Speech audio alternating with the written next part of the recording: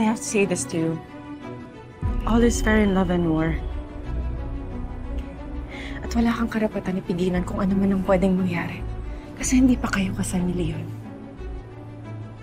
Everything can fall in its natural place. Pagdating sa inyo ni Jordan, at pagdating din sa amin ni Leon, hindi mo pwedeng pigilan yun. Ito na lang sasabihin ko sa'yo.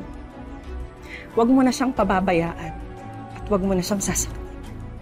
Kasi sa oras na makita kong ulitin mo lahat ng pagkakamali mo noon, hindi ako magdadalawang isip na bawiin siya sa'yo. Ano tulad nung ginawa mo kanina? Yes! Because like I said, all is fair in love and war. And I can do both.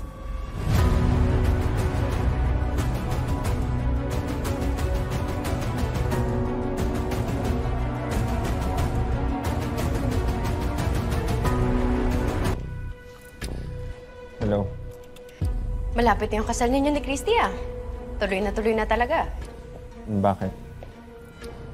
Hanggat hindi pa kayo kasal ni Christy, kailangan nag-iingat tayo.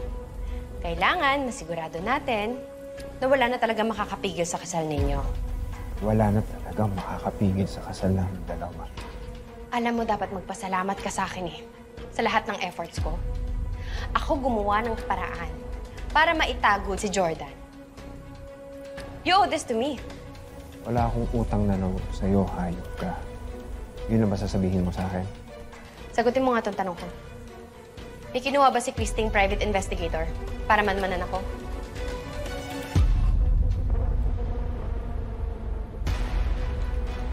Bakit? May lalaki dito eh. Nagmamanman. Sama yung kutob ko. Leon, sinasabi ko sa'yo, kapag nalaman ng babae niya kung saan kami nagtatago ni Jordan, hindi niya kami tatantanan. Masisira din lahat ng plano mo, maniwala ka sa akin. Kaya sagutin mo ako. Nag-hire ba si Chrissy ng private investigator? Meron. Sinabi ko na nga.